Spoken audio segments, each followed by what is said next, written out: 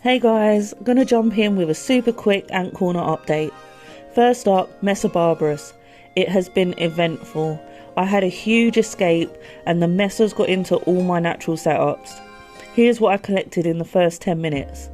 I decided not to film the carnage as it wasn't very pleasant to see it all. But the Lasius nigers took no prisoners and are completely fine. The dives took a hit but seem okay, and unfortunately I don't think the Singularis or the Flavus were so lucky. I'm hoping they're just hiding out, so fingers crossed for them. Despite all that, the Messors are still up in numbers from the previous update. Majors are definitely significantly bigger than they were previously, and they are making queens now, although they just seem to be bullying the Messor queens to death, and there's no males yet. Let's do a quick update on the Manica rubida colonies.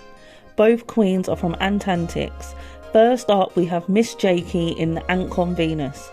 They are doing alright, several workers, probably about 7 to 10, and laying really well, plodding along nicely. Then there's Miss Paula. She's in the Antcon Whitong nest in a tub. They are significantly further along and are doing amazing. There's lots of babies and way more workers. Both colonies are on the exact same feed schedule of sugar snaps, and they get the same feeders at the same time. Touch wood, they carry on going the way they are going. These lovely ladies, for the life of me I cannot pronounce, I think it's Odontoponera something or other, were gifted to me by the lovely Stein at Antcon back in May. They were a lone queen with eggs, and unfortunately the first lot of eggs were eaten by the queen shortly after travelling home. But I'm so pleased they are doing so well.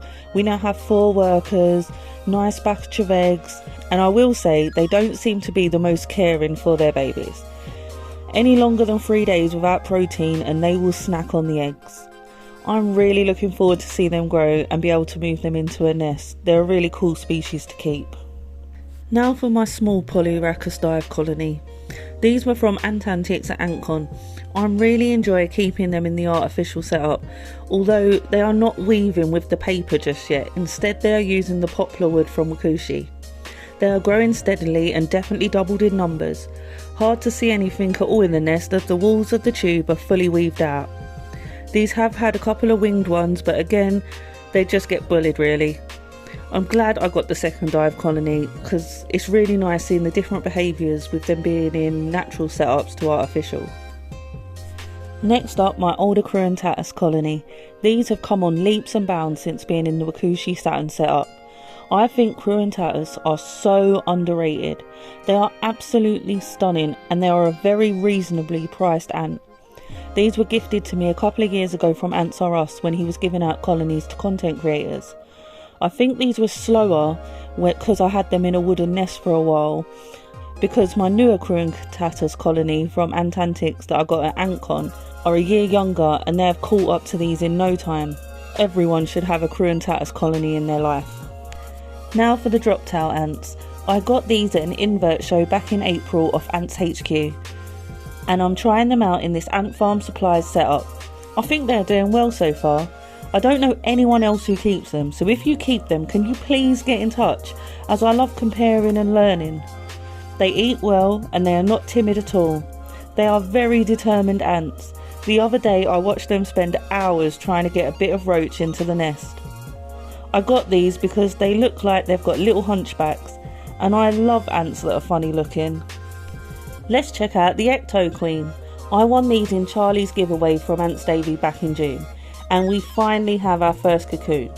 I love the prickly babies, especially when the queen brings them food and they wriggle like crazy. They didn't want to perform for the camera though, but I'll try and get it and upload it soon. Fingers crossed we can get her to have her first worker very soon. Now for my Formica, which I got from Antantics back in May at Antcon. They had about 15 to 20 workers back then, so they have more than doubled in size. We lovingly call them the fast and the frantic. Any disturbances and they all panic and run around like crazy. They're quite stubborn too, as they will not move out of their very grubby test tube. But I'm really glad I got them, as it was about time I tried Formica. They are currently showing signs of wanting to hibernate too. Right, here's a time lapse while I chat away. My leaf cutter outweld has just arrived from Rakushi and I want to set that up. So I'll leave this video here and do a part 2 after the leaf cutter update. Still to come will be my Polyrhachis armata, my larger Polyrhachis dive colony, my Camponotus nicobarensis, my other cruentatus colony, the Thailandesis, my other Messor colony, Lasius niger, Manica Rhesus, and I'll probably know by then if my Messor escape fully killed off my Flavus and Singularis or not. Plus, by then, there should also be a new addition too. I also want to let everyone know that after all the recent drama on Facebook ant groups, we now have a new group called Ant Keeping Community. As most of the other groups are run by stores, we thought it'd be nice to have a group for the community run by the community. Everyone is welcome. I'll leave a link in the description. Thanks for watching, take care, stay safe, bye!